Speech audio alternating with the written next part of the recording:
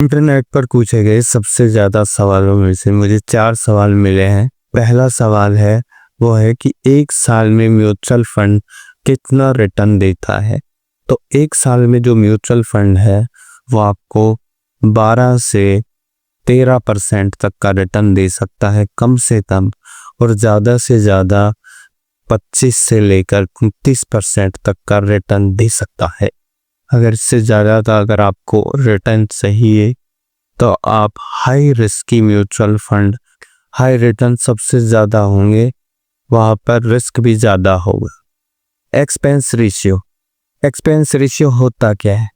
Expense ratio होता है कि हम जो एक साल के अंदर आपके जो फंड मैनेजर है उसको आप रिटर्न देखते हैं कि हमारे फंड को आप देखो और आपको हम पैसे देंगे, वो होता है एक्सपेंस रेशियो।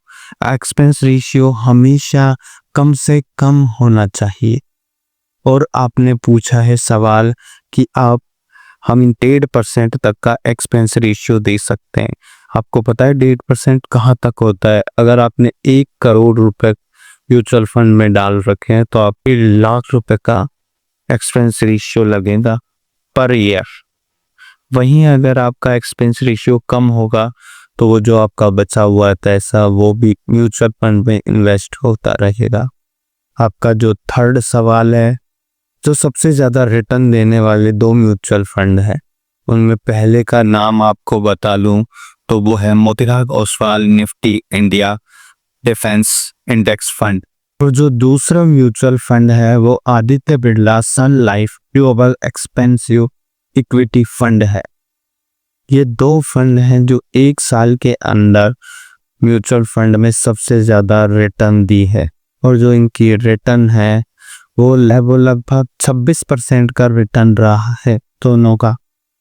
और आपका जो लास्ट सवाल है, साल के लिए SIP करो 1000 रुपए के हिसाब से तो क्या होगा, आपका 5वां सवाल।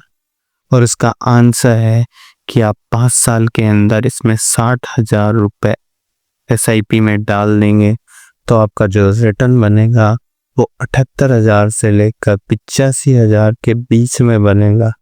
तो ETF और गोल्ड म्यूचुअल फंड में क्या अंतर होता है? अगर इसके बारे में आपको वीडियो चाहिए तो आप कमेंट करें एंड लाइक शेयर ज़रूर करें इस वीडियो को।